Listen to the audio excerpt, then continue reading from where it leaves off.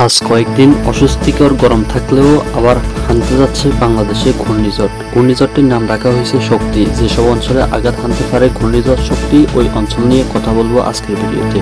তো আপনারা যারা আমাদের এই চ্যানেলে নতুন রয়েছে, অবশ্যই আপনারা সকলেই চ্যানেলটি সাবস্ক্রাইব করে পাশে থাকবেন। আপনার সাথে আছি, শেষ পর্যন্ত সাথে থাকবেন এবং ভিডিওর মধ্যে একটি লাইক দিন এবং আবহাওয়ার খবরটি আপনার ফ্রেন্ড সার্কেলদের মাধ্যমে শেয়ার করে দিন।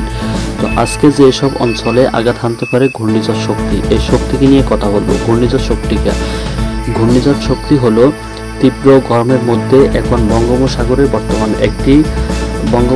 নতুন করে একটি সৃষ্টি হতে যাচ্ছে একটি শক্তিশালী ঘূর্ণিঝড়, যার নাম হচ্ছে শক্তি। জলবায়ু গবেষণায় মোস্তফা কামাল পলাশ সামাজিক যোগাযোগের মাধ্যমে সম্প্রতি এক পোস্টে জানান 24 থেকে 28-এর মধ্যে বঙ্গোপসাগরে একটি ঘূর্ণিঝড় সৃষ্টি হতে পারে।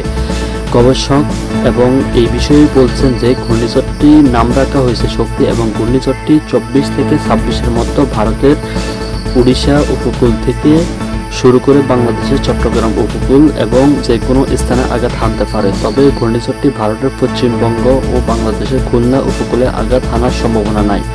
সবচেয়ে বেশি বলে তিনি সতর্ক করেছেন ঘূর্ণিঝড়টির নাম করা হয়েছে শক্তি এবং শক্তিটা এই কারণে রাখা হয়েছে ঘূর্ণিঝড়টি আসতেছে খুব শক্তিশালীভাবে, যা শ্রীলঙ্কার প্রস্তাবিত নাম। এ